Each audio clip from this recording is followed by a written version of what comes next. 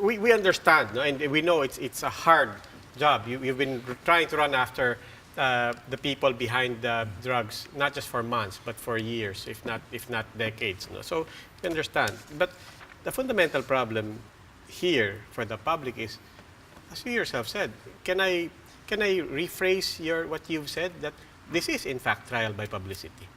You cannot rephrase it that way. Yeah, but yes, I know. But that's how the public is rephrasing it. Because, as you yourself said, hindi, dinabas namin yan kasi ayaw ng presidenteng manalo yung mga yan. For purposes of elections. Not trial whether you're guilty or not, but trial to tell the people, these are the people that we are now monitoring and doing some surveillance to get information and evidence to pin them in court. So it's an ongoing investigation. Yes, again, the key words there is it's imbued with public interest. Mr. Colonel Banac, is it possible that after all of these investigations, which will be impartial and independent and professional, is it possible that even one person mapapawalang sala? Is it possible that whether at the level of the police or the public prosecutor or at the level of the courts, ultimately some people here will be found not guilty? Well, that would depend on the court. If the charges have been filed, so that would depend on the appreciation of the court. Kung talagang walang kasalanan, then I'm sure the court will rule on it. But if even one person is found guilty, doesn't that in effect say that what you did in 2019 was rather unfair?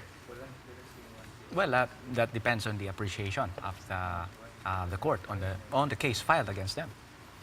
These are all incumbent officials. Are you also monitoring candidates? Siyempre, meron din mga notorious na drug traffickers. Some of them might be running. Meron ba kayong ganon? Actually, when we were discussing that at the DILG, not yet with PDEA, because the discussion was always with PDEA, DDB, and the DILG. I was even suggesting, ako na mismo nag-suggest, if we identify individuals running for office, not necessarily incumbent, sama na natin. Because they want to be public figures. They want to sit in a very powerful position in the local government. Because that's what narco-politics is but of about. course, hindi naman yan. Hindi sinunod. But I wanted to, if we have that listing na kandidato lang. So you're saying na may ganun nga dun sa mga candidates? Merong ganung usap.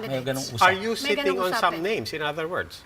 None yet, because the names should be coming from the intelligence agencies. But kung may na-identify sila and I were to make the decision, ilalabas ko. Basta Do you have sila. names like that? Kasi we're talking about narco-politics and they're using dirty money to enter politics. So at the point of their candidacy, dapat pigilin na sila, di ba? Tama. Meron ba kayong mga ganong tao ngayon na minomonitor? What we know of who are running now?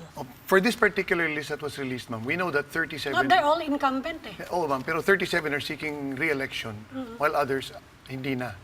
So that narrows it down. But definitely, I'm sure, all agencies, intelligence agencies, us, PNP, NICA, ISAP, NBI, I guess, may pumapasok dyan information about somebody not yet incumbent, but seeking public office. Yes. Oh, pero nandun sila doon sa original list of 7,000. I would surmise, baka nailagay na po yun doon. Oh, which means you have some names that is on that list that you are not including in this public announcement just because they are not incumbents.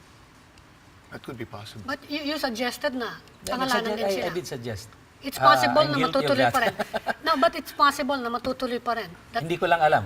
Because of course, the first thing is, we are not privy to the names because the names are kept with the PDEA as the lead agency. But if in case, as I mentioned, I did suggest.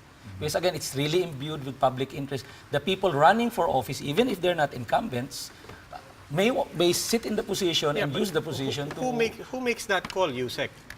In this case, it's always a discussion between PDEA being lead, DILG, and DDB, Dangerous Drugs Board. No. Who makes the call as to, tama, ipasok na natin yung pating ibang kandidato na hindi incumbent or hindi, wag na si Presidente. Si Presidente. In other words, it's the President who, purely by his prerogative, entirely by his prerogative, is saying, etong mga to, i-trial by, this is not your words, I mean, etong mga to, i-trial by publicity natin, etong mga to, wag muna natin i-release sa mga pangalan. That's the President's prerogative, and that is in effect what he is doing. Not necessarily, because that was never, I think my suggestion never really reached him. It's just they were looking at the narco-list, which they were holding at a specific time.